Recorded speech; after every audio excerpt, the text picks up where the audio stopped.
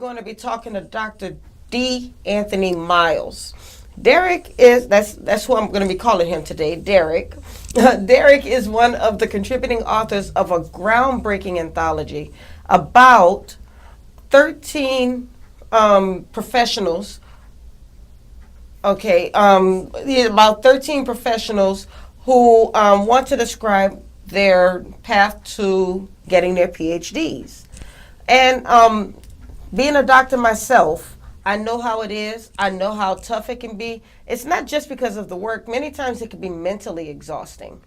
And there's so much that we go through. And then I remember when I went through getting my doctorate, there were times I tried to talk myself out of it. I would get tired, exhausted. I'm like, why am I doing this? This is an optional degree. I don't really need this. Why am I doing this? I'm about to retire from the Army. I know I'm going to be able to get a job. And I kept telling myself all these things, but then I had to turn around and remind myself why I started this journey in the first place. It wasn't just because I wanted to get a good job, and it wasn't just so I could have doctor in front of my name. I wanted the knowledge.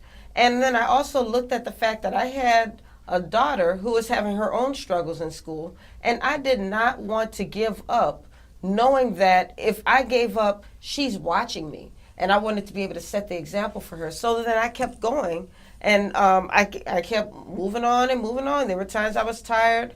I remember there were times when I was working on my paper until like 6 in the morning, and I had to be at work at 7, and it hurt, but I did it. And I got through it, and I was able to earn my doctorate. So I'm actually going to be in the second iteration of this book, The PhD Game.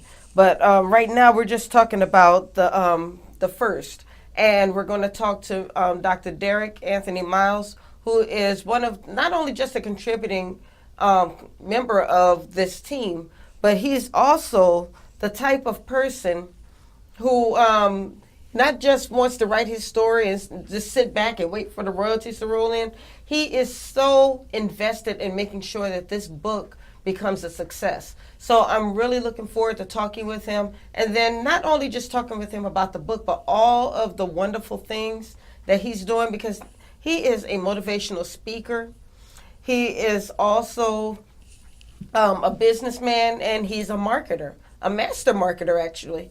And what he's been doing is he's actually been in a lot of national magazines and newspapers talking about how businesses can do better, how they can get exposure. So this is going to be a treat for probably everybody who's going to be watching this program, especially if you are an entrepreneur and you're looking for ways to get yourself out there, to get your business out there.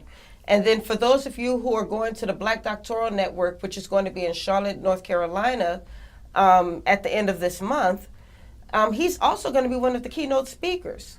So without further ado, we're going to bring in Dr. Derek Anthony Miles so he can introduce himself to you, and I'm going to present him to others because I know there are some people out there who know exactly who this man is. So, Derek, how you doing today?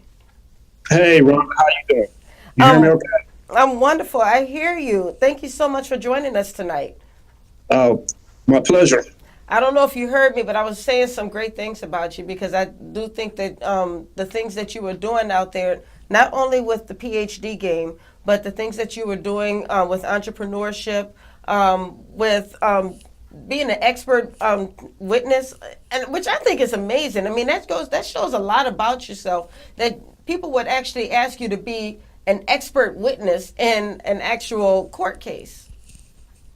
Yes, it's I kind of just started doing that a few years ago, and it was I kind of found my way into that. Another good way to get out of jury duty, but I'm just saying. Okay. But I've been blessed, and definitely been blessed with some of the opportunities that I've run into. I don't really see I didn't think you were talking about me when you was reading off those things. I'm just Jada's and Andrea's dad. Yeah, I think a lot of times we look at ourselves very humbly, but then we forget how maybe the world sees us. Oh, yeah, absolutely. To be honest with you, I really don't keep a tab so much of what I do because I always want to top what I did last year. So a lot of times I have to sit back and go, I can't believe I did that. So, but it's I've been blessed, and I've been quite blessed in running into some really great opportunities and some really great opportunities to showcase my knowledge about different things. Well, and speaking of that, you had a chance to do that with the PhD game. Yes, the PhD game has been a long-term project that actually came into it by accident. The PhD game is actually the result of we had two groups in San Antonio. We had two ceremonies. We had the men and the women separated. We had two several ceremonies for Black academics who attain their doctorates. And first we called the men the talented 10th, and then we called the women, I think, exceptional scholars, and then they ended up changing the name to I think the female talented 10th, but it's all in the same family.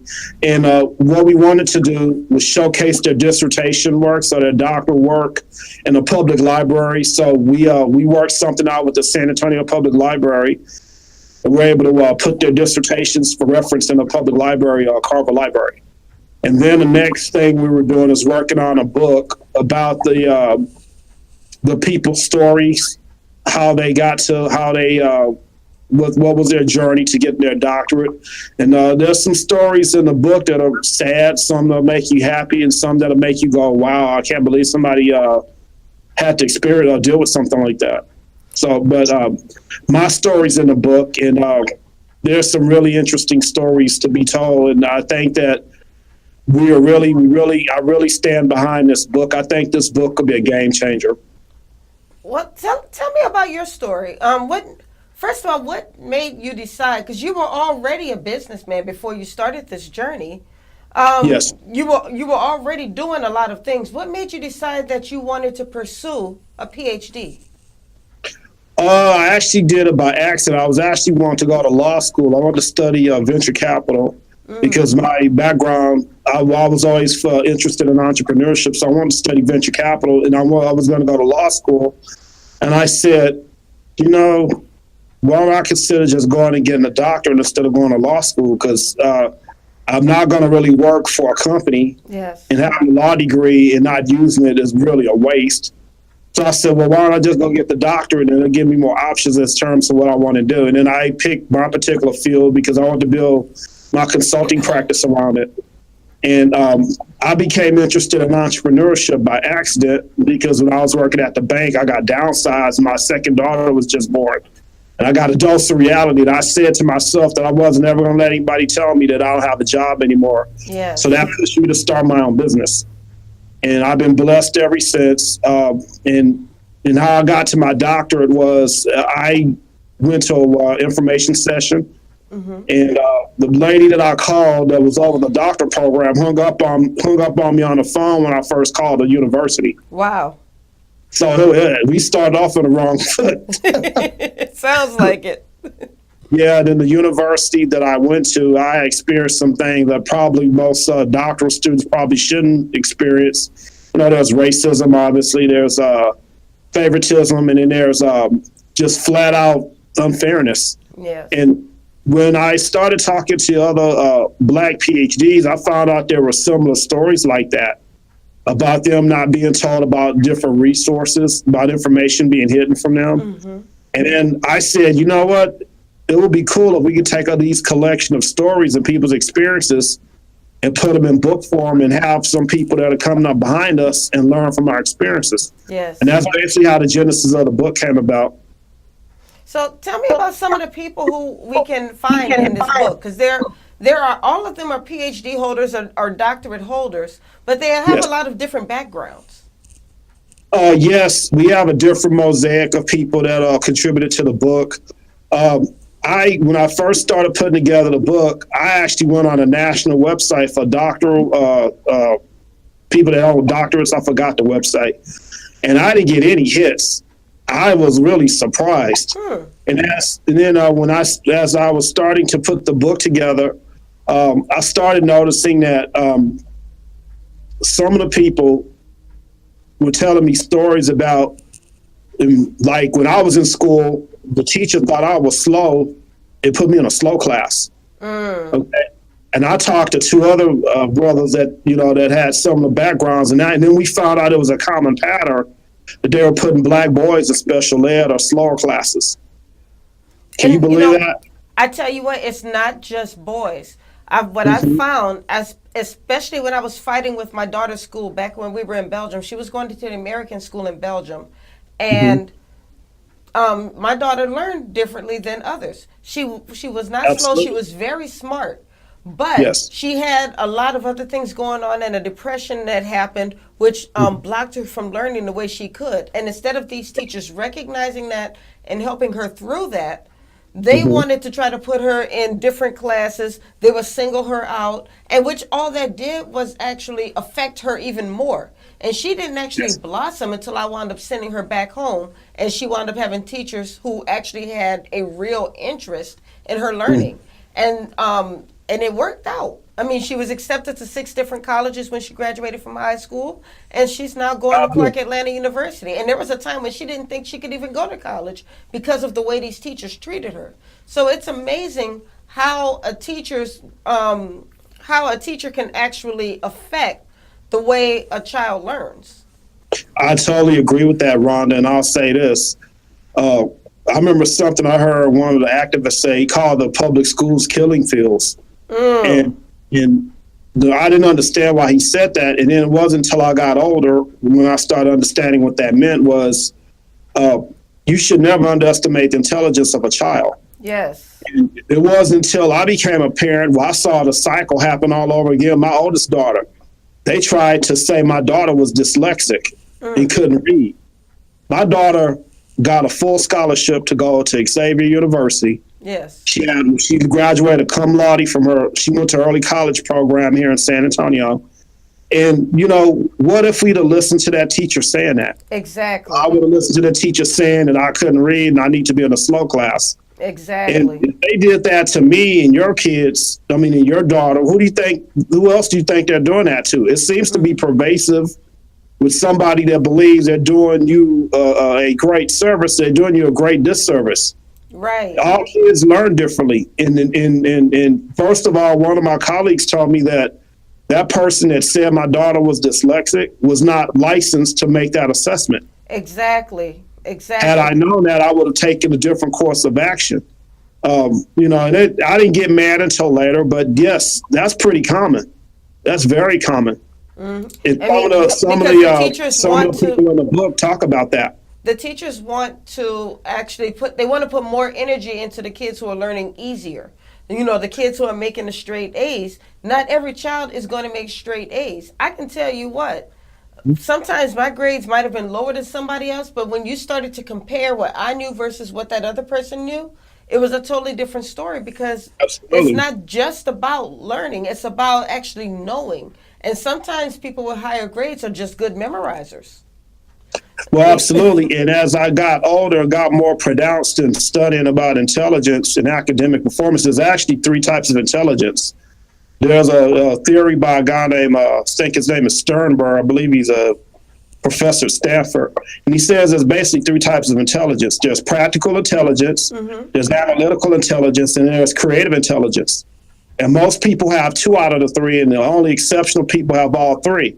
So when somebody says that you are not good in school, you may be good at practical intelligence and you may be good at creative intelligence. Yes. But the failure of the school system is they don't like to recognize the other 2 types of intelligence. They don't like to advocate for analytical or academic intelligence. The intelligence is so complex.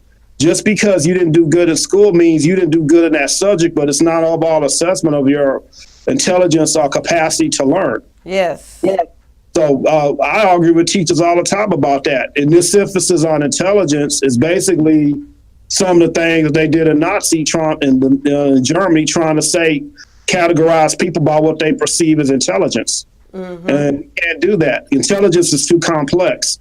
These standardized tests and those type of things, those tests only measure one type of intelligence. Right. Okay. Right. So if you don't do good on a standardized test, that is not overall assessment of your intelligence. It only measures one type of intelligence.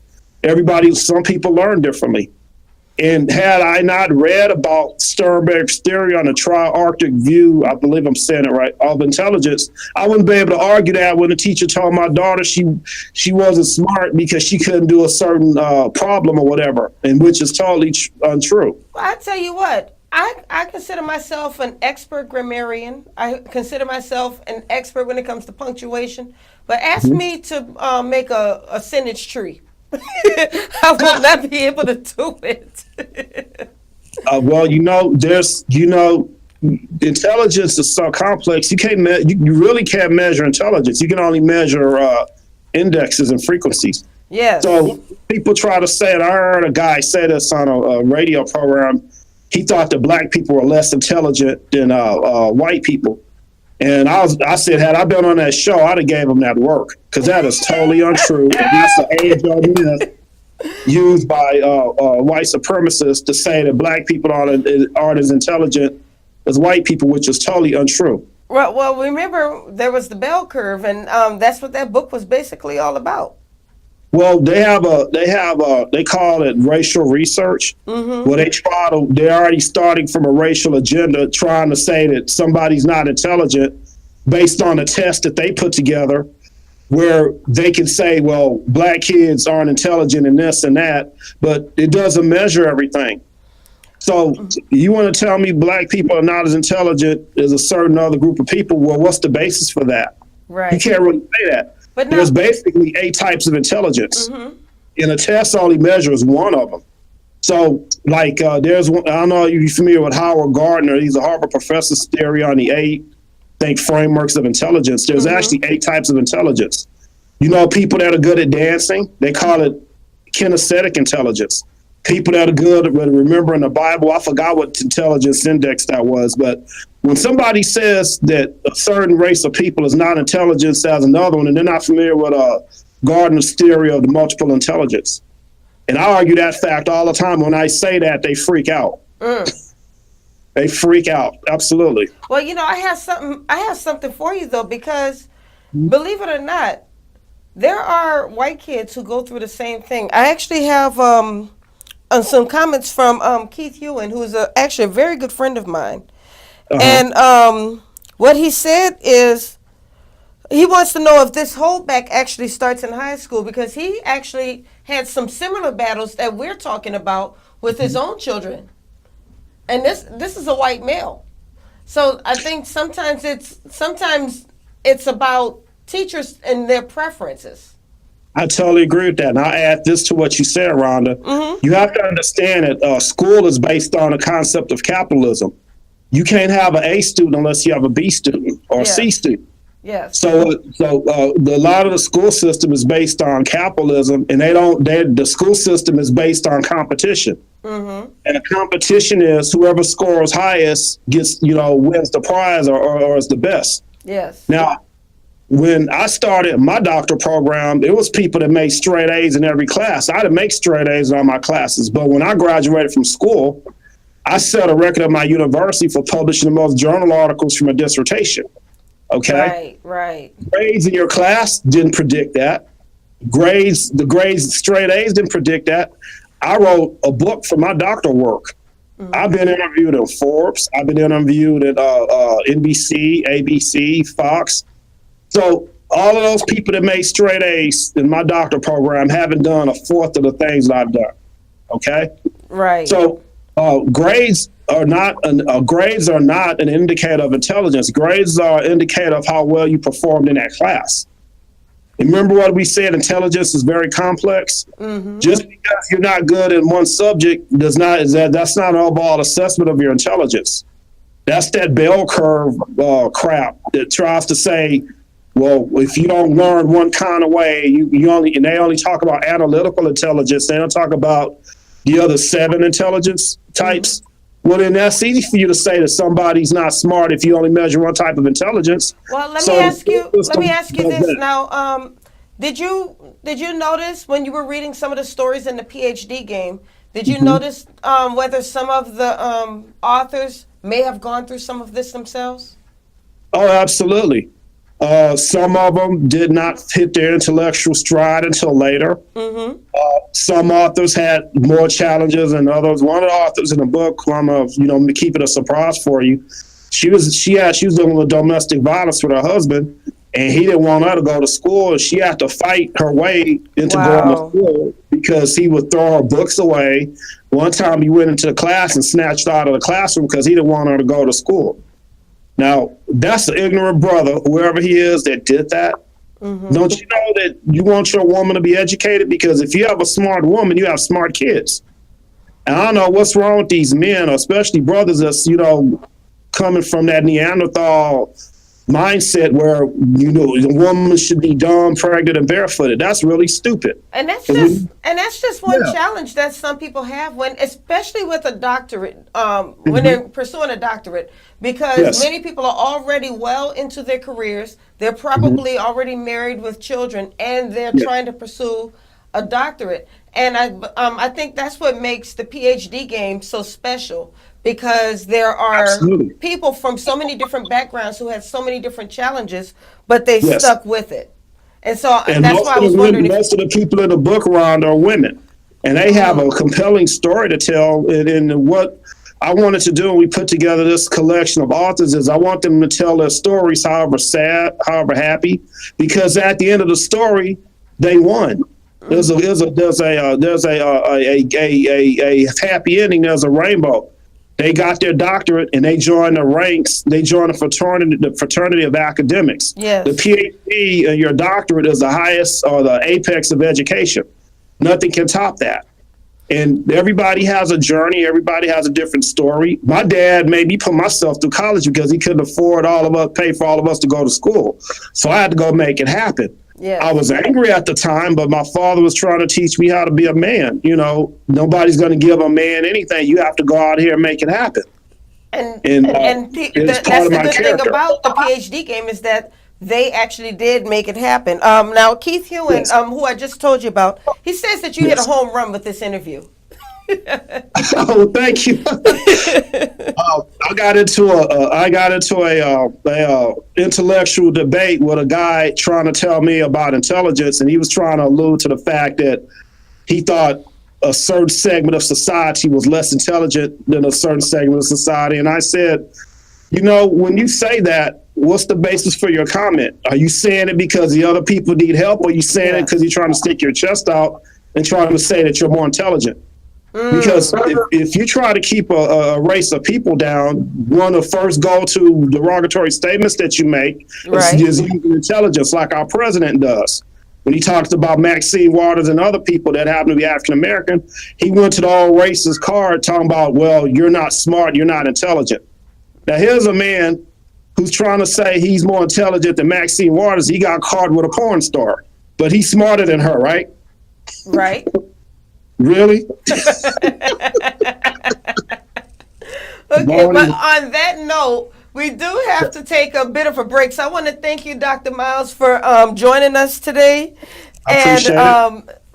And just sharing so much knowledge. And I hope that everybody will go out and read the PhD game. So can you tell us, first of all, that I know you have a lot going on. The book is actually being released at the end of this month. You're going to be speaking at the Black Doctoral Network Conference in Charlotte on October 27th, I believe it is. I believe it's the 25th to the 29th. I'm sorry, the 28th is the last day. I'll be there. And you're going to be there on that Saturday. I'll be there Friday morning. Yeah.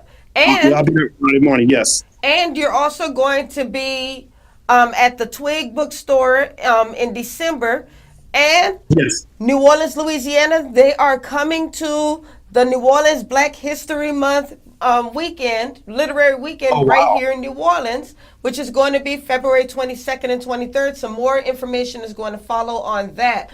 And then you're going to Savannah, Georgia in March. So you have a big tour schedule ahead of you. Yeah, I got a little bit on my plate, and I might have a deceptive ad case coming up. So I got a little bit on my plate, but I'm just excited about releasing a PhD game, and I think everybody should have it next to their Bible for their kids, or in the bathroom for reading material, for reading material. But we are really excited about the release of the PhD game, and I think it's going to be a game changer. And I'm really proud of being part of that project. And I'm proud to be able to represent all of you. So thank you Thank once you. again for joining us tonight. For those of you who won't be in any of the cities that we just named, you can find the book on Amazon.com as well as Prosperity Publishing. If you go to prosperitypublishing.com, you'll be able to order the book from there. So once again, thank you, Derek. We're going to take a quick break. And then when we get back, we are going to talk to this young, beautiful little entrepreneur that is in our studio. So, Derek, you've got to stick around and watch this, okay? It's going to be awesome. All right. Oh, absolutely. I sure will. Thank you. All right, we'll be right back. So don't forget to like, share, comment, and subscribe.